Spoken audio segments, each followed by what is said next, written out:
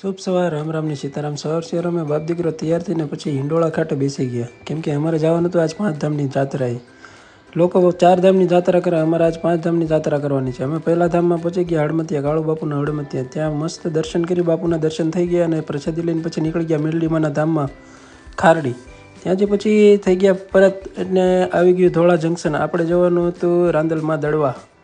ત્યાં છોકરાઓએ ટ્રેનનો આનંદ લઈ લીધો સંટુપમાંથી બહાર નીકળીને. પછી આવી ગયા રાંદલમાંના દડવા. ત્યાં દર્શન કરી અને ફૂલ ફેમિલી સાથે દર્શન કર્યા અને ચા પાણી પીને પછી ત્યાંથી નીકળી ગયા આપણે ગંગાસતી પાનબાઈના આશ્રમે જવાનું હતું. તે વચ્ચે આવી ગયો કાળુભાર ડેમ, જે ખૂબ જ પૌરાણિક છે અને જોવાલાયક છે.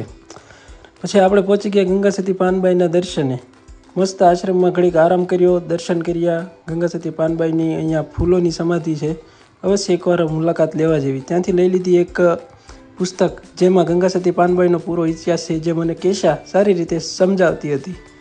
અને ત્યાંથી થઈ ગયા રિટર્ન. તો ડબલ ડેકરની ટ્રેન જોઈ, ફૂલ માલ લોડિંગ કરેલી 105 ડબ્બાની ટ્રેન જોઈને ત્યાંથી નીકળી ગયા આપણે પછી લાસ્ટ એન્ડ ફાઇનલ આપણા ડેસ્ટિનેશન ઉપર મહાદેવ સાંઢેડા મહાદેવના દર્શન કરવા.